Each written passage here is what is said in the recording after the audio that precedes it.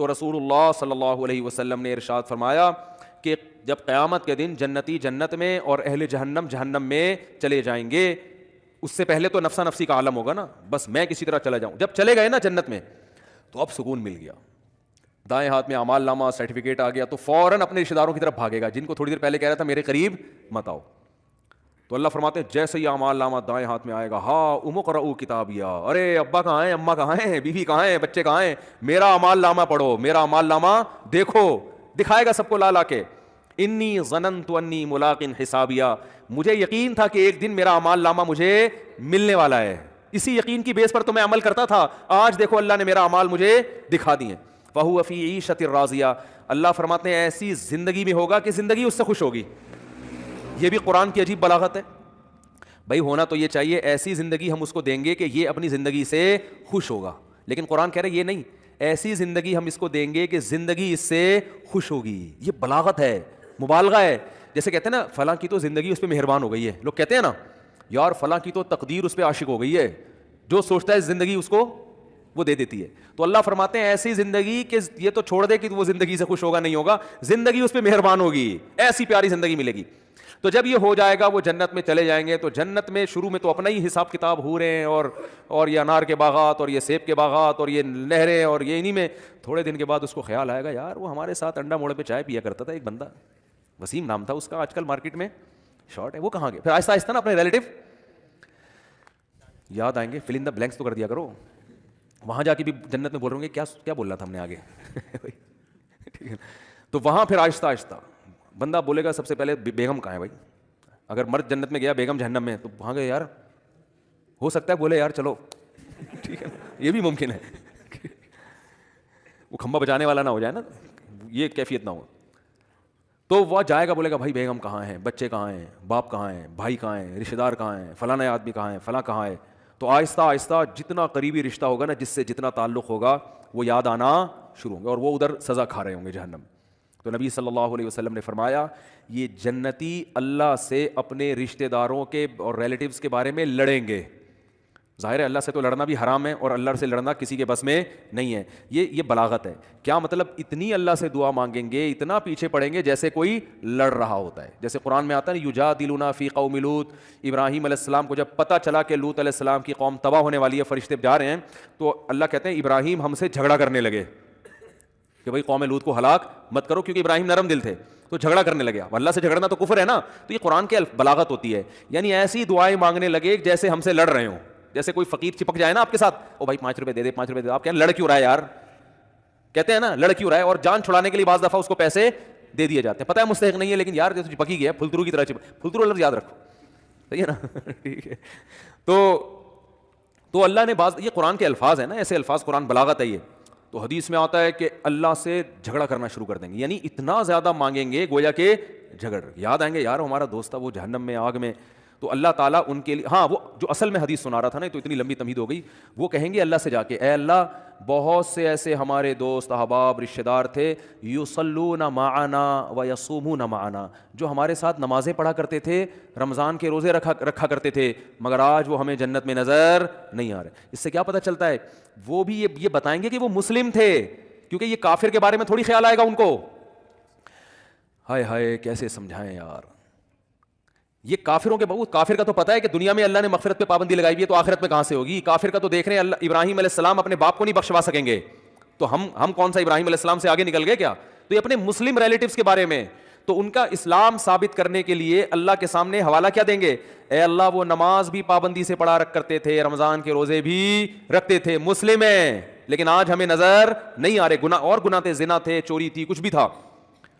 اس سے اندازہ لگاؤ وہاں بھی ان کو اپنے ریلیٹیوز کا مسلمان ہونا ثابت کرنے کے لیے شناختی کارڈ نہیں دکھائیں گے وہ کہ اللہ یہ دیکھو نادرا میں لکھا ہوا تھا انہوں نے اسلام. وہاں بھی اللہ ثبوت مانگے گا، اسلام کا ثبوت کیا تمہارے پاس، تو ثبوت پیش کریں گے. اللہ تو جانتا ہے، تو اعمال نامہ نکال کے دیکھ لے، نمازوں میں ہمارے ساتھ کھڑے ہوتے تھے، رمضان کے روزوں میں ہمارے ساتھ ہوتے تھے، روزے نہیں چھوڑتے تھے رمضان کے، اور نہ نماز چھوڑتے تھے، کیونکہ اسلام کا رکن ہے نا یہ.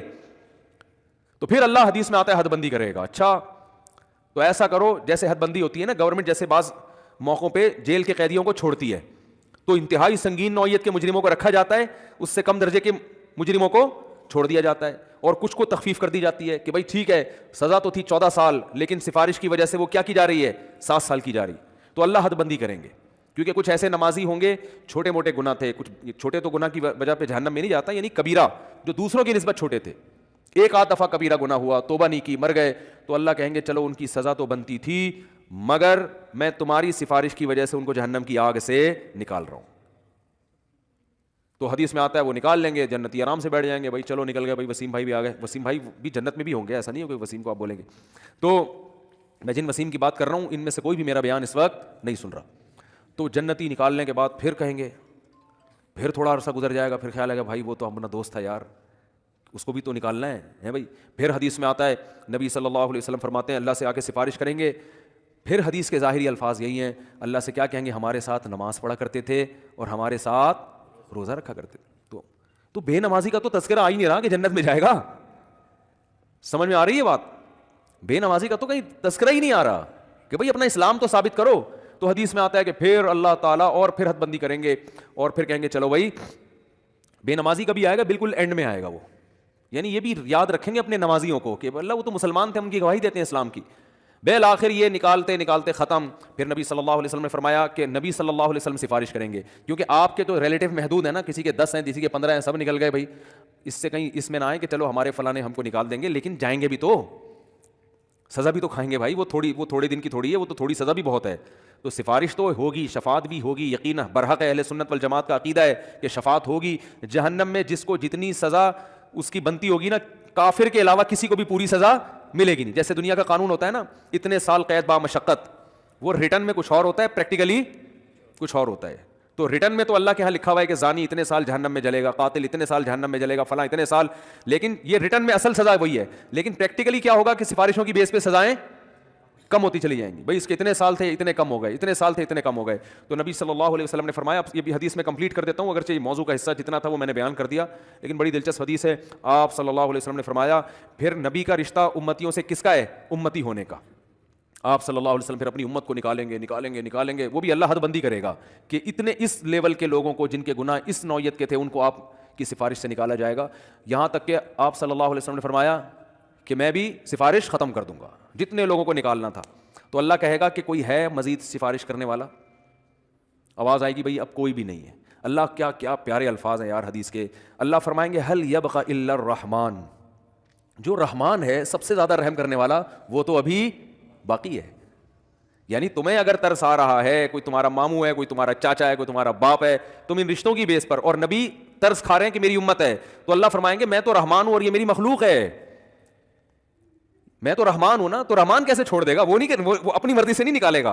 تو نبی صلی اللہ علیہ وسلم نے فرمایا کہ اللہ تعالیٰ اعلان کریں گے کہ جس نے آدم سے لے کے آخری انسان جو قیامت تک آئے گا نا, کوئی بھی ایسا انسان جس نے کبھی کوئی نیکی نہ کی ہو, کچھ بھی اس کے اعمال میں خیر, صرف میری توحید پر ایمان رکھتا تھا, وہ صرف میری مانتا تھا میرا کوئی خدا ہے اور کیا ہے اکیلا, بس اتنا اقرار کیا اس زبان سے, صرف دل میں مانتا تو فرعون بھی تھا, فرعون بھی مانتا تھا کہ ایک خدا ہے, زبان سے اقرار کیا اور پوری زندگی میں ایک دفعہ.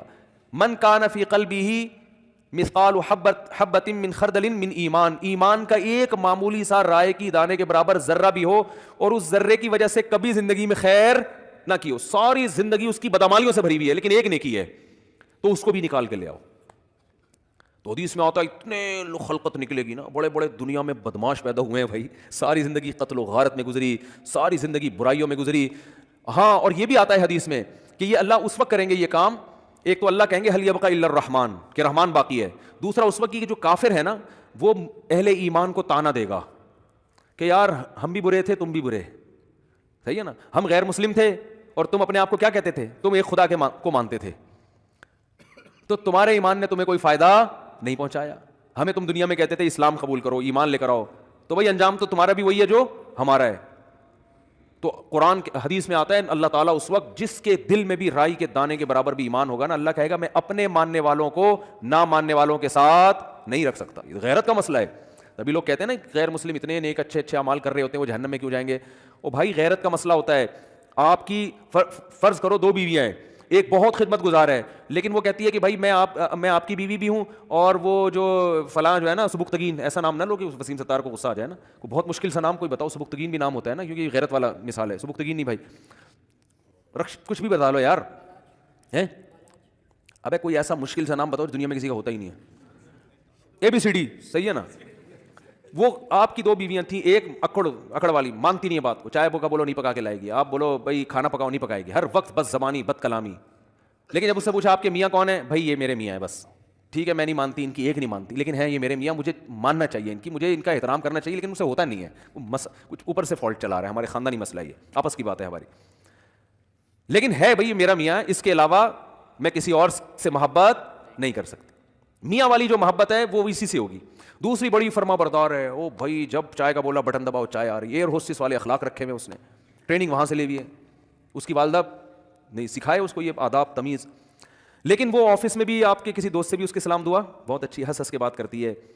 آپ جب کہتے ہیں بیگم مجھے بڑی غیرت آتی ہے, تو کہتے ہیں کیا ہو گیا, براڈ مائنڈڈ بنو, اگر تم سے میں محبت کر سکتی ہوں تو میرا پرانا بوائے فرینڈ ہے وہ, مجھے اس سے بھی وہی عشق ہے جو تم سے, بلکہ اس سے تھوڑا زیادہ ہے, اتفاق سے شادی تم سے ہو گئی میری, چاہتی تو میں تھی وہاں ہو لیکن اب ہو گئی ہے, مجبوری میں گزارا کر رہی ہوں, نادرا میں سرٹیفکیٹ بن گیا, پھر دوبارہ سے 4-5 ہزار روپے کا خرچہ آئے گا, وہیں رہنے دو, کاغذ میں رہنے دو, لیکن ویسے مجھے محبت اس سے ہے, رکھو گے غیرت اگر ہوگی تو ہے. بولا کہ بھائی وہ جو ہے نا جو ایک ذرا بھی خدمت نہیں کرتی, کم از کم مجھے اطمینان ہے کہ صرف کس کو مانتی ہے, شوہر مجھے مانتی, اور یہ تو اتنی وفادار ہے نا, تو وفادار تو میں گھر میں کوئی ماسی لا کے رکھ لوں گا, بٹن دباؤ اس سے زیادہ کام کرے گی. ماسیاں زیادہ کام کر لیتی ہیں نا. کیا ہو گیا بھائی, ماسی کو تو پوچھا لگانے کا بولو پوچھا لگائے گی, بیگم کو بولو پوچھا لگانے, تو کہے گی میں کیا پوچھا لگانے کے لیے آئی ہوئی یہاں پہ, اس لیے مجھ سے شادی کی تھی پوچھے لگوانے کے لیے, وہ تانا دے گی آخر, ماسی تھوڑی تانا دے گی. تو بیوی کی ڈیفینیشن میں سب سے پہلے یہ کہ وہ آپ کے علاوہ کسی اور کو شوہر نہ مانتی ہو, باقی محبت کرے کسی سے, ابا سے باپ والی, بھائیوں سے بھائی والی, لیکن جو شوہر سے جس طرح کی محبت کی جاتی ہے, عشق کیا جاتا ہے, وہ صرف میاں ہی ہے. تو جیسے میرے بھائی مرد اس معاملے میں شرکت برداشت نہیں کرتا, اگر غیرت ہوگی تو اللہ بھی کہتا ہے بھائی تم کتنے بڑے سائنسدان ہو, تم کتنے بڑے فنٹر ہو, تم نے ساری انسانیت کی خدمت کر کر کے ان کے پیٹ بھرے, اگر میرے ساتھ کسی اور کو بھی خدا مانتے ہو تو ان نیکیوں کا بدلہ پھر اسی سے جا کے لو.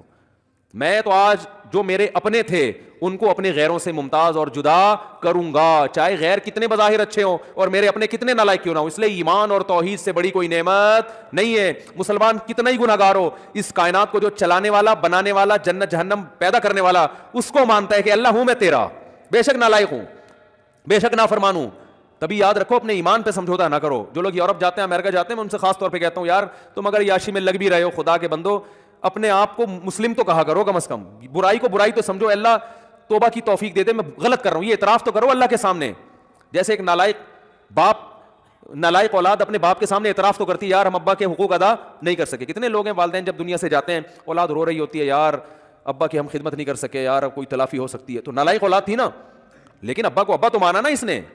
تو یاد رکھو جو اللہ کو اللہ ہی نہیں مانتا یا اللہ کے ساتھ شریک کرتا ہے, اس کے سارے اعمال قرآن کہتے ہیں راک کے ڈھیر ہیں, جیسے پھونک لگاؤ سارے اعمال اڑ گئے, پورا پہاڑ اڑ جائے گا نا پھونک, دیکھنے میں بہت ہے, اللہ فرماتے ہیں ایسا ہی ہوگا. تو نبی صلی اللہ علیہ وسلم نے فرمایا سب سے جو رائی کے دانے کے برابر بھی توحید کا قائل تھا نا, اس کو بھی اللہ نکال لے گا. تو اس لیے جہنم میں صرف وہی رہے گا جو مشرک ہے, جو کفر پہ مرا, جو قرآن کا اللہ کے رسولوں کا انکار کرتا ہے. اس کے علاوہ جو بھی ایمان کی حالت میں جائے گا بالآخر ایک نہ ایک دن وہ نکلے گا. تو اس لیے میرے بھائی جو میں اصل حدیث سنا رہا تھا کہ جہاں بھی ایمان اور اسلام کی بات آئی ہے قرآن و سنت میں, وہاں نماز لازمی ساتھ میں چپکی ہوئی ہے. اس لیے آپ کو نماز تو پڑھنی ہی پڑھنی ہے, اس میں تو نو کا آپشن ہے ہی نہیں. یہ ثابت کرنے کے لیے ہم کیا ہیں, مسلم ہیں, مرد کو بھی عورت کو بھی. اور یہ صرف بر صغیر میں ہے, ملیشیا میں ہم نے دیکھا وہاں مسجدیں بھری ہوتی ہیں, سب نماز پڑھتے ہیں, خواتین بھی پڑھتی ہیں ساری, اسکارف لٹکے ہوئے ہوتے ہیں وہاں, بے شک وہ اس کا جاب کر رہی ہے ہوٹل میں, کچھ بھی کر رہی ہے, نماز کے ٹائم پہ عورت بھی آئے گی مسجد میں اسکارف پہنے گی, پھر وہیں اسکارف نکال کے بھی چلی جاتی ہیں, ٹھیک ہے نا, جیسے ہمارے ٹوپیاں رکھی ہوئی ہوتی ہیں نا ایسے. افغانستان میں سب نماز پڑھتے ہیں, سعودی عرب میں سب نماز پڑھتے ہیں, دبئی میں عرب کے کیسے کیسے عیاش ہیں, نماز کے ٹائم پہ سارے ایسے لگے گا جیسے ان سے بڑا نیک دنیا میں کوئی ہے ہی نہیں. بادشاہ نماز پڑھتے ہیں, وزیر نماز پڑھتے ہیں.